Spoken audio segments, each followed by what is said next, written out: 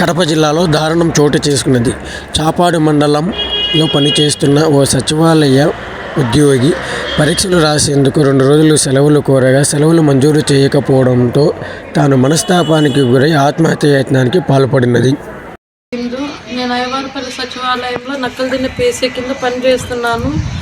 నాకు ఈ నెల 24వ తేదీ డిగ్రీ ఫైనల్ ఇయర్ ఎగ్జామ్స్ ఉన్నాయి. ఆ ఎగ్జామ్స్ కోసం నేను సెలవు కోసం డాక్టర్ని అడుగుతూనే ఉన్నాను నిన్నటి నుంచి. కానీ నాకైతే పర్మిషన్ ఇవ్వట్లేదు. నేను ఇంతకుముందుగా నా పిల్లలకి బాగాలేక చైల్డ్కి వెళ్ళి 18 రోజులు పెట్టుకున్నాను. అందుకని నాకు లీవ్ మీ ఎమ్మెల్యేహెచ్పి ఉషాని అడిగి పెట్టించుకోమని నాకు అభ్యంతరం లేదు లీవ్కి అంటున్నారు. నేను మా ఎమ్మెల్యేహెచ్పిని అడిగితే మా ఎమ్మెల్యేహెచ్పి కూడా నాకు పర్మిషన్ ఇవ్వట్లేదు. నేను మీ వర్క్ చేయను, మీరు ఇమ్యునైజేషన్ నేను చేయలేను, నేనేమి ఏమన్నా సర్వేలు అవన్నీ నేను చేయలేను అని అంటున్నారు. నా వల్ల నేను ఫోన్ చేస్తే నాకు సెలవు ఇయ్యనని అంటున్నారు. ఆ మనస్తాపంతో నా వల్ల కాక నేను చేయి కోసేసుకున్నాను. నా బాధలో నా వల్ల కావట్లేదు. ఏం చేయాలో నాకు లీవ్ అయితే ఇవ్వని అంటున్నారు.